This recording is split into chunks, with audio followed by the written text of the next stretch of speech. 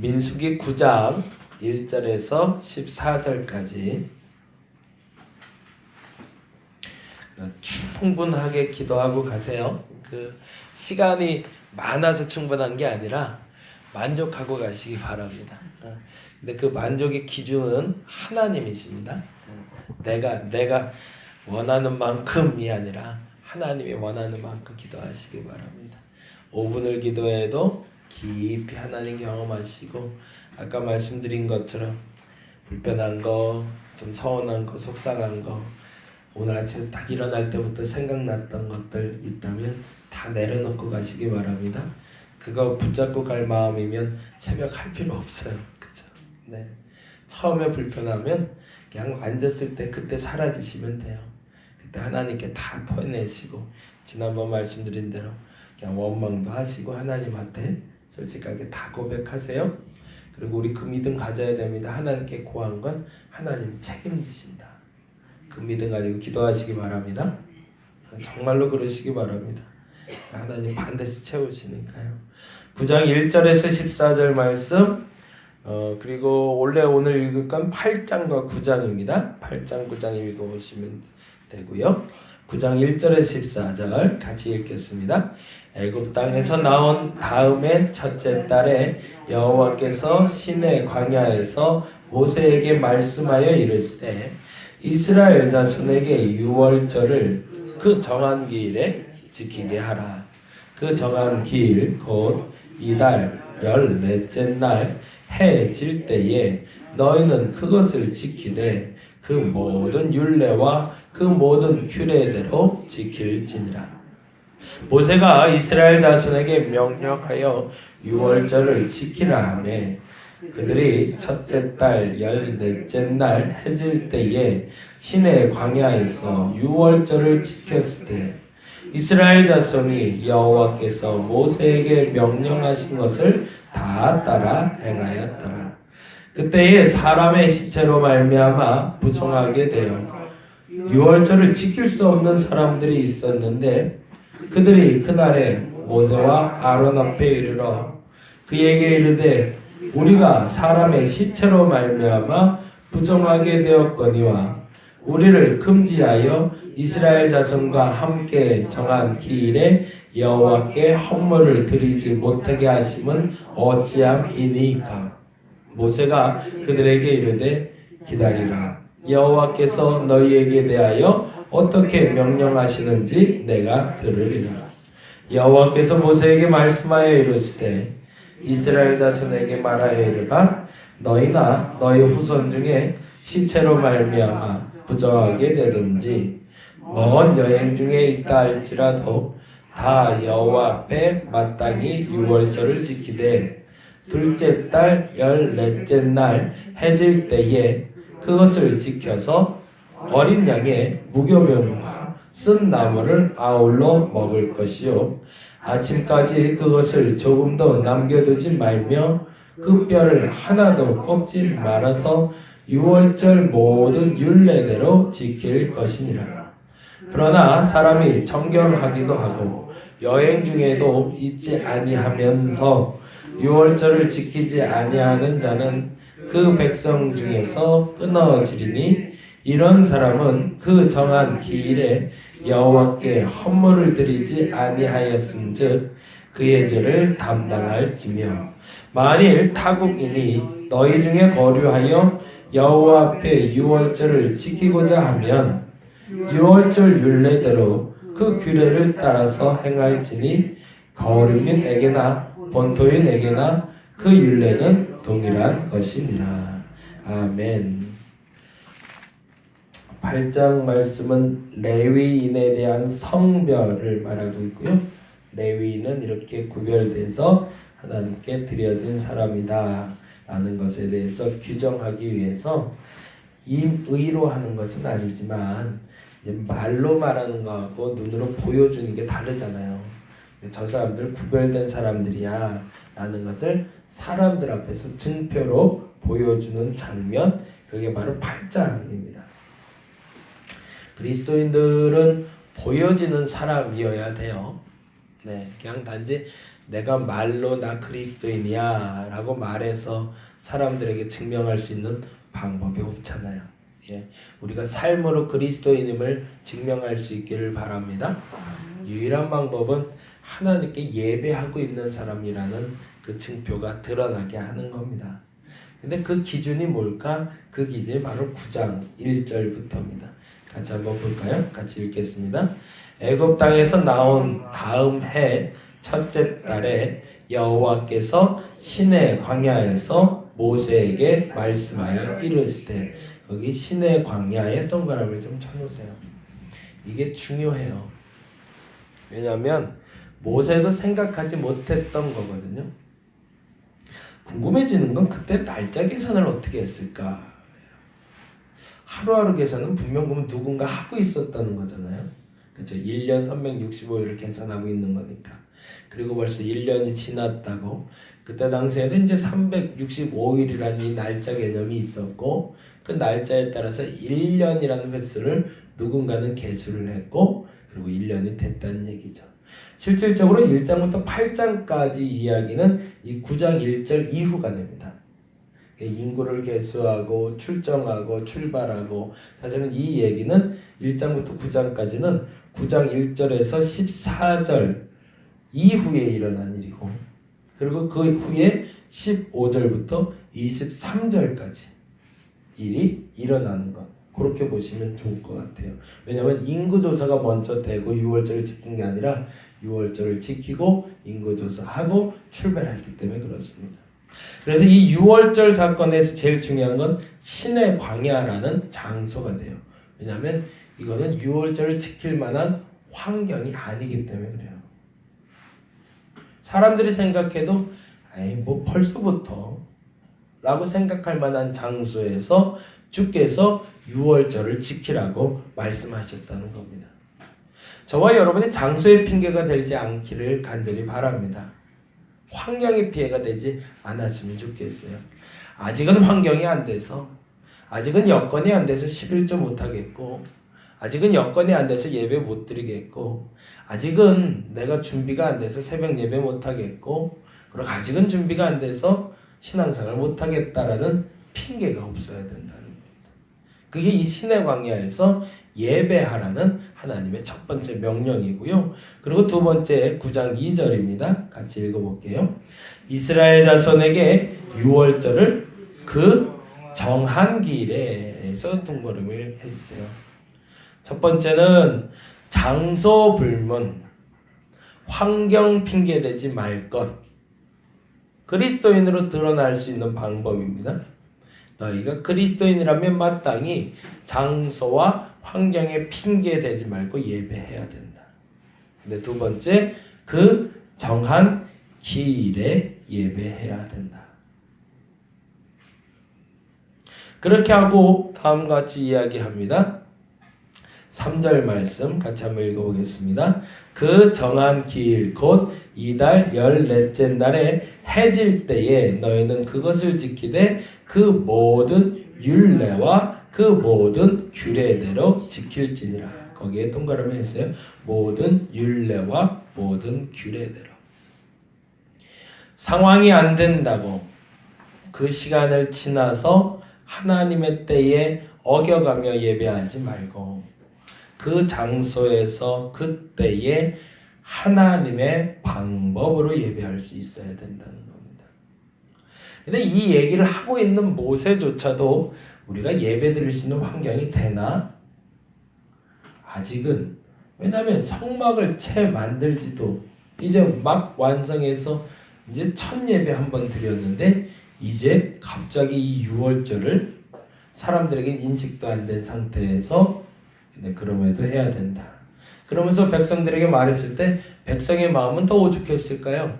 벌써 1년 지났어? 그것도 해야 되는 거야? 라고 말할 수가 있다라는 거죠. 우리 둘째가 첫째하고 조금 달라요. 첫째는 그래요. 어떻게 한 배에서 나왔는데 이렇게 다르죠. 첫째는 사람들하고 빨리 친해져요. 그게 장점인 것 같아요. 그래서 놀이터를 가도 얘는 첫인사 그거예요. 너 몇 살이야? 이게 첫인사예요. 그러고 딱 봐서 이제 5학년인데 6학년이야. 그러면 형이네. 형 놀자 이렇게 가고 3학년이야. 그럼 동생이네. 야 그러면서 놀아요. 그게 이제 그런 친화력이 굉장히 빨라요. 반면에 깊은 친구는 없는 것 같아요. 깊이 사귀는 친구는. 근데 이 둘째는 어디 가서 말을 처음 걸질 못해요. 그냥 뭐 이제 애들 놀이터에 데려다 놓으면 그냥 계속 관망하고 있어요. 아마 이제 레이더 작동이 하는 것 같아요. 누구 하나 찾는 것 같아. 내 마음이 아파. 내가 누군가. 근데 보다 정확히 누가 와서 이렇게 손 끌고 가면 가요. 근데 그 전까지는 절대 혼자 안 움직여요. 이제 형이 뛰어다니면 형 옆에서 그림자처럼 이렇게 쫓아다니다가 친구 사귀고 동생 뭐 이렇게 되는데 이제 첫애는 그래서 이제 학교에 적응이 그래서 빨라요. 새 학기가 되면. 이제 새 학기 증후군이라는 얘기 들어보셨어요? 우리 동민이 키울 땐 모르셨죠. 제 애들 알아서 잘 컸으니까. 요즘 어린애들이 약해서 그런가 봐요. 그래서 우리 첫애는 잘 적응이 됐는데 둘째가 적응이 잘 안 되나 봐요. 그래서 어저께 새벽 예배 끝나고 이제 갔더니 우리 아이가 이제 토를 하기 시작하더래요. 학교 갈 때가 되니까. 학교 갈 시간에 스트레스가 됐나 봐.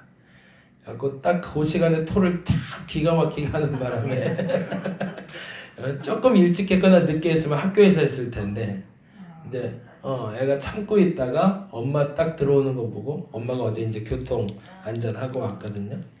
그러더니 딱 있다가 엄마 보자마자 확 하고 토했나 봐요. 기가 막힌 타이밍이죠. 이제 어제는 학교 못 가는 날이죠. 그래서 어제 학교를 못 갔어요. 그래서 하루 종일 한 6번 정도 토를 했대요. 그만큼 이제 애가 말은 못해도 이제 자기가 해야 될 일에 대한 부담감이 있나 봐요. 신앙도 마찬가지인 것 같아요. 소화 안 되는 때가 있어요. 억지로 하라고 그래도 당연히 해야 되는데 안 되는 거 있거든요. 그거 강요할 수는 없어요. 권면은 할 수 있지만 강요는 하면 안 돼요. 근데 이 권면을 했을 때 이 사람이 받아들일 수 있으면 그거 인정하고 쫓아오게 하는 거고. 그러니까 이 6월절을 지키라라는 명령을 내렸을 때 이스라엘 백성들은 당연히 지켜야 되는 거예요. 근데 거기서 거부 반응 있는 사람들도 있었겠죠. 물론 60만이니까 못하는 사람도 있었을 거예요. 안 하는 사람도 있을 거예요. 그거 너무 탓하지 말라는 거죠. 그러나 용기 있게 결단하고 쫓아오고 좀 힘들더라도 가야 되는 길이니까 우리 애가 당장 오늘 하루 학교 안 간다고 해서 영원히 학교 안 가는 건 아니니까 오늘이나 내일 좀 못 가더라도 안 가게 하더라도 앞으로도 학교를 갈 수 있게 만들어주는 게 우리의 목적이지. 야 오늘 예배 못 나왔네? 오늘 12주 못하네? 그러면 큰일 나. 그렇게 상황의 기준을 나에 맞춰서 강요하지는 말라는 이야기가 그 다음 절에 써 있습니다. 원래 6월절은 그래서 하나님이 이렇게 명령하셨으니 반드시 지켜야 된다고 막 엄포를 놨을 거 아니에요, 모세가. 그러면서 이제 험하게 해놓으니까 다음에 이런 일이 벌어지는 거죠. 6절 말씀입니다. 같이 한번 읽어볼게요. 그때 사람의 시체로 말미암아 부정하게 되어서 6월절을 지킬 수 없는 사람들이 있어요. 한두 명이 아니라 여러 사람이 있었대요. 이게 또 문제가 되어버렸어요. 반드시 다 지켜야 된다라고 하는데 세상 모든 일이 그렇더라고요. 꼭 예외 조건이 생겨버려요. 다 해야 되는데 이건 또 어떡하지? 이러니 이게 이제 문제가 되니까 그때 감사하게도 모세와 아론 앞에 그들이 나옵니다. 그리고 오히려 이들은 거꾸로 이렇게 얘기하는 겁니다. 7절 말씀 읽어보겠습니다. 시작. 그에게 이르되 우리가 사람의 시체로 말미암아 부정하게 되었거니와 우리를 금지하여 이스라엘 자손과 함께 정한 기일에 여호와께 헌물을 드리지 못하게 하심은 어찌함이니까. 이게 재미난 힌트의 단어가 있는데 이스라엘 자손과 함께라는 단어예요. 아마도 섞여 나온 민족들 중에 하나였던 것 같아요. 이스라엘 지파의 자손들, 이스라엘 본 유대인들이 아닌 잡류라고 불렸던 다른 민족 중에 어떤 이가 아마 장사를 하고 왔던, 제사를 모시고 왔던가 누가 죽어서 그리고 왔는데 6월절이라 했는데 우리도 예배드리고 싶어 라고 말하는 사람을 만나게 하신 거죠. 법으로 하면 뭐예요? 못하게 해야 되는 거죠. 부정한 사람들이니까. 그런데 이때 모세는 아주 기가 막힌 대답을 내놓습니다. 그게 바로 그렇죠. 8절 말씀입니다. 읽어보겠습니다. 모세가 그들에게 이르되 기다리라. 왜요? 내가 들으리라. 거기다 동그라미 해주세요. 8절 모세가 그들에게 이르되 기다리라. 판단하지 말는 어떤 기준으로 판단하지 말라는 거죠? 너의 기준으로 판단하지 마라. 지금 반드시 해야 되는데 안 하는 것도 문제지만 하고 싶은데 막는 것도 문제라는 거죠. 기다리라. 뭐 할 때까지요? 여호와께서 말씀하실 때까지. 그리고 나서 여호와의 말씀이 10절과 같이 이렇게 임합니다. 같이 읽겠습니다. 이스라엘 자손에게 말하여 이르라. 너희나 너희 후손 중에 시체로 말미암아 부정하게 되든지 먼 여행 중에 있다 할지라도 다 여호와 앞에 마땅히 유월절을 지키되. 누구한테 말하고 있죠? 그들을 찾아온 시체를 만진 사람들이 아니라 이스라엘 사람들한테 얘기하고 있어요. 이건 모세의 깨달음인 거죠. 상황이 불편하니까 나중에 예배드리자라고 불평하는 이들에게 그럼에도 불구하고 예배드려야 돼라고 얘기해놨는데, 그리고 호통쳐놨는데 투덜하면서 예배드리는 저들에게 하나님이 증표를 보여주신 거죠.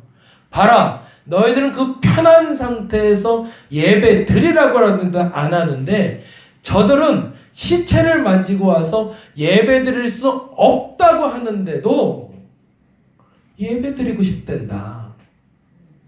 근데 너희들은 뭐냐? 앞으로 이렇게 규정할 것이다. 상황 핑계대고 예배 못 드린다고 말하지 말 것. 불평하지 말 것.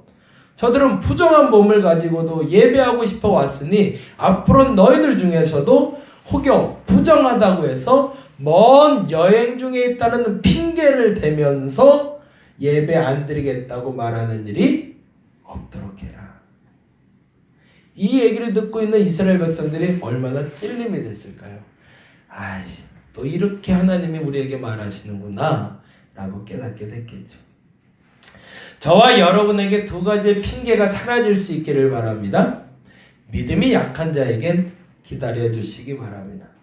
그러나 여러분에게 진짜 믿음이 있는데도 예배를 못 드리면 하나님께 꾸지람 듣습니다. 어떤 상황에 잣대가 여러분에게 가 있나요? 여러분의 잣대를 온전히 갖다 대시기 바랍니다. 그리고 여러분의 상황에 맞는 온전한 예배자로 오늘 예배할 수 있는 저와 여러분 되기를 간절히 바랍니다. 기도하겠습니다. 세상 참 핑계 많습니다. 이것도 핑계대고 저것도 핑계대고 이래야 될 것 같고 저래야 될 것 같고, 그러다 보면 이것도 맞는 것 같고 저것도 맞는 것 같고. 그때 우리 한 가지 명심해야 될 것이 있습니다. 기다리라. 그리고 하나님의 말씀을 들어야 됩니다. 그리고 하나님이 하라는 대로 해야 합니다. 오늘 상황 핑계 하지 않게 하여 주옵소서. 그리고 그 상황에 따라 예배하지 않게 하여 주옵소서. 상황 불문 정한 장소에서 정한 시간에 하나님께 나오게 하시고 그 믿음의 결단을 하는 이에게 하나님 축복하여 주시옵소서. 감사합니다. 고마우신 예수님 이름으로 기도드렸습니다. 다 같이 기도하고 돌아가도록 하겠습니다.